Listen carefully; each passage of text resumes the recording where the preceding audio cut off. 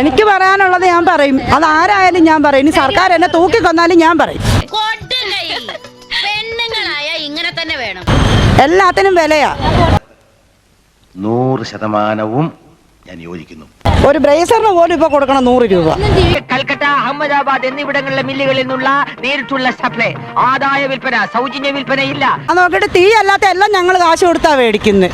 അതെ, വായും വെള്ളമൊക്കെ ഫ്രീ ആയിട്ട് ഇട്ടുകൊണ്ട് പിന്നെ ജീവിക്കാമല്ലോ. സത്യം. അതുകൊണ്ട് പൈപ്പ് കണക്ഷൻ സർക്കാർ തന്നെയാ. വെള്ളം വരുന്നതിനെക്കാട്ടി മുമ്പേ ബില്ല് വന്നു ഞങ്ങൾക്കല്ല.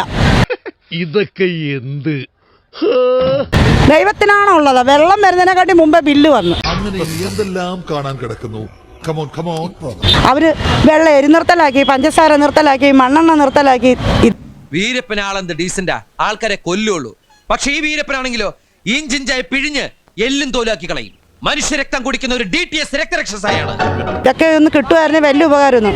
അതും ഇല്ലാതാക്കി. അരക്കിലോ പഞ്ചസാരയെങ്കിലും ഉള്ളത് തന്നാ മതിയല്ലോ. അതൊന്നും ഇല്ലെങ്കിലും ദാരിദ്ര്യത്തിന് കുറവൊന്നുമില്ല.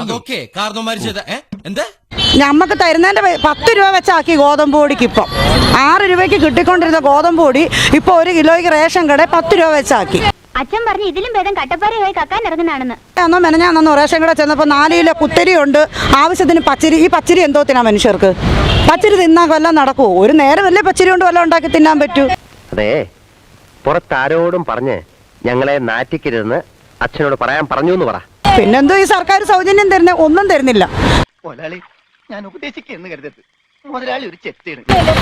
അത് സർക്കാരിന്റെ കാര്യം ഒന്നും പറയണ്ട. അത് മുറയ്ക്ക് അങ്ങ് നടന്നു പോകട്ടെ, അതേ നടക്കത്തുള്ളൂ. അല്ലാത്ത തലവേദന. ഞാനൊന്ന് കിടക്കട്ടെ. തൽക്കാലം ഇത്രയും മതി. വരട്ടെ.